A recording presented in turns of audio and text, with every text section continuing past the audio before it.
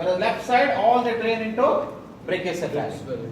Okay? The remaining on the right side to azygous, on the left side to superior and inferior hemiazygous. Again, they cross the vertebra and then drain into azygous.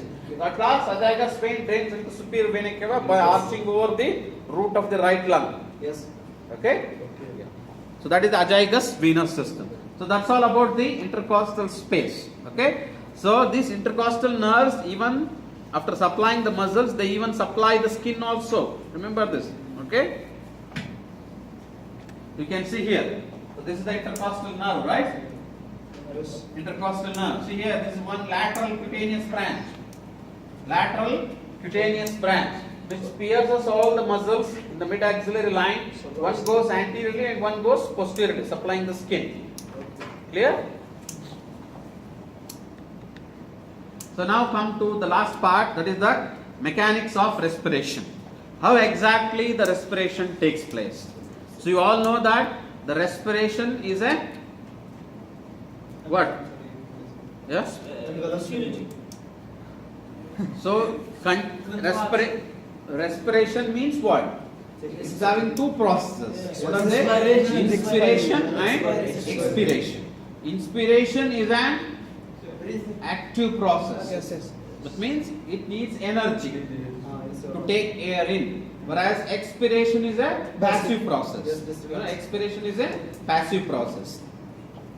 So inspiration, it needs energy. It means some contraction of the muscles. Okay. Why it is an active process? Because if you look at this thoracic cage, remember it's very important. The thoracic cage, it's all of bone.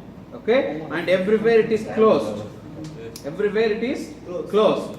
So that means no air will enter from the wall. Am I clear? So now the volume of this thoracic cage is fixed. Yes. Okay. So then if you want to push the air in, you have to create negative pressure here. Yes. Then only air can enter. Yes. Otherwise, it's difficult. Air cannot enter. Yes. Okay. So you have to create negative pressure. If you want to create negative pressure, then you have to increase the volume. Yes. You have to increase the volume of this cage. Yes. So how will you increase the volume of the cage? Either by increasing its diameter. Yes. So any what is that? A space will have three dimensions. You know, anterior, posterior, transverse, and vertical. Are you following? Yes. So this is the thoracic cage. Anterior, posterior, transverse, vertical. If you increase any of these diameters, definitely the volume increases. Then it creates negative pressure and air will flow easily inside. Am I clear? So how do you increase these diameters is the question. So this increase in the diameter, definitely it needs contraction of the muscles. Yes. That's why it is an active process. Whereas expiration, you know, the lungs are elastic in nature. It's like just like balloon. To inflate a balloon, you have to blow. You need energy. Yes. Whereas if you leave the opening, the air will go by itself because of the elastic recoiling nature of the lungs. I am talking about only the quiet breathing, respiration at rest. Whereas if you want to breathe more, then expiration also needs muscle contraction. That is forced expiration. I am talking about quiet respiration. Quiet respiration means respiration at rest. Yes.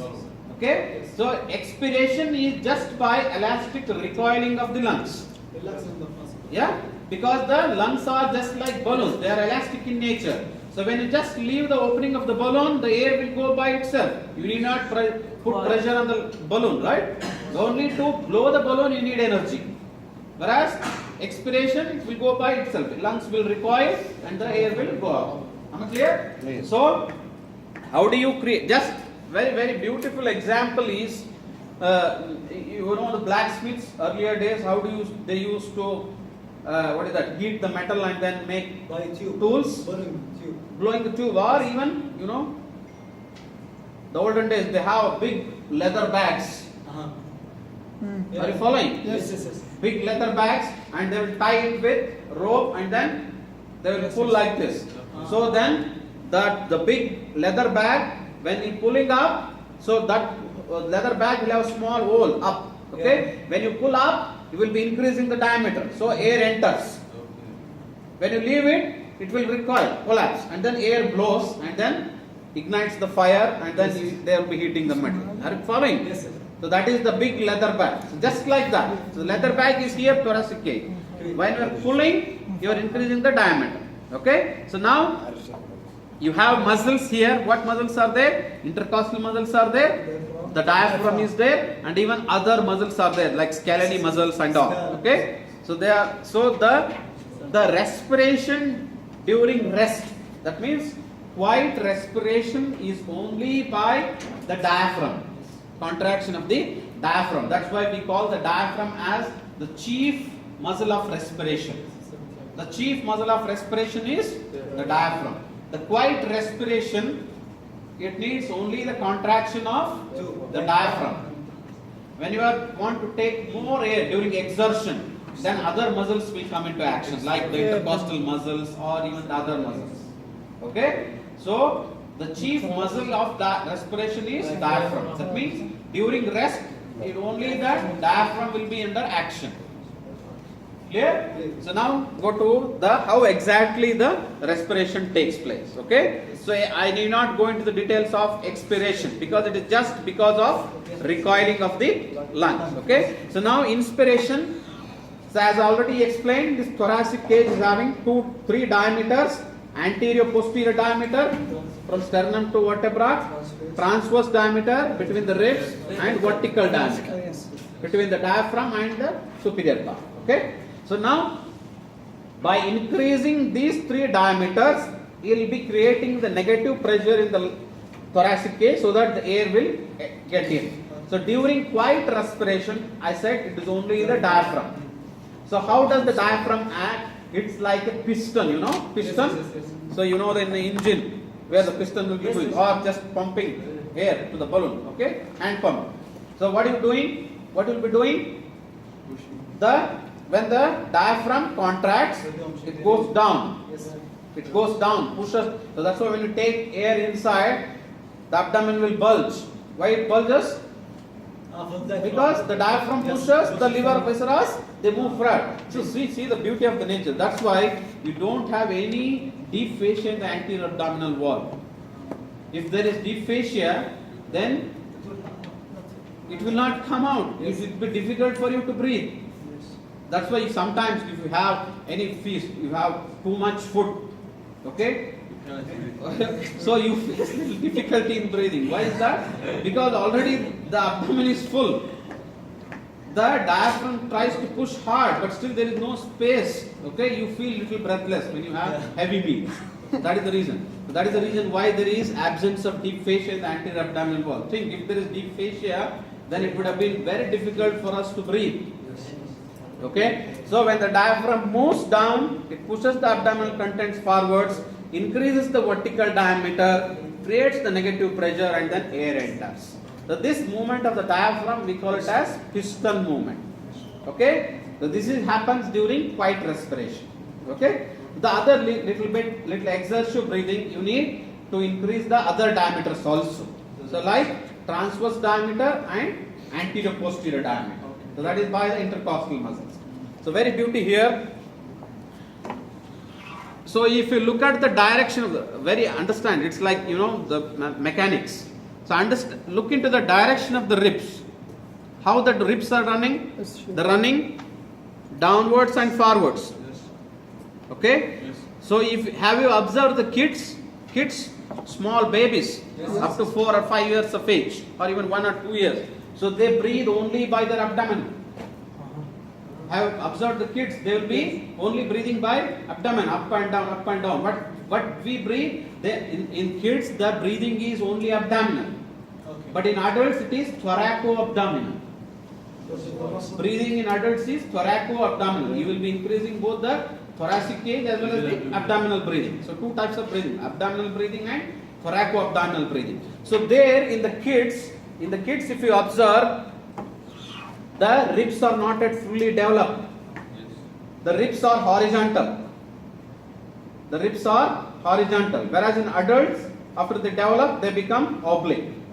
They run downwards and forwards. So there is no scope for the increase in the anterior posterior diameter or the transverse diameter in case of kids. Only the vertical, slight transverse movement is possible. Okay. So why? Because the ribs are horizontal.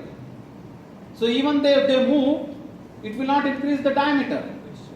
Are you following? Yes. So the increase in the anterior posterior diameter is only possible because of the obliquity of the ribs. See here, observe my fingers. Look here. So this is the oblique. When I move, so definitely there is increase in the anterior posterior diameter. I will show you the picture, you will understand. Yeah. Like you can say as pump handle movement. You know the pump? Yes. Okay. So this is the original position of the sternum. Are you following? Yes. This is the when the rib moves up like this. So look here. Okay. So this is possible only because the ribs are oblique. Okay. When they move up, they will push the sternum forward. So understand the reason why the sternal angle is formed. Before in the kids, the sternal angle is not formed. It is straight bone. The manubrium sterna is fixed because you have the attachment of clavicle. Yes.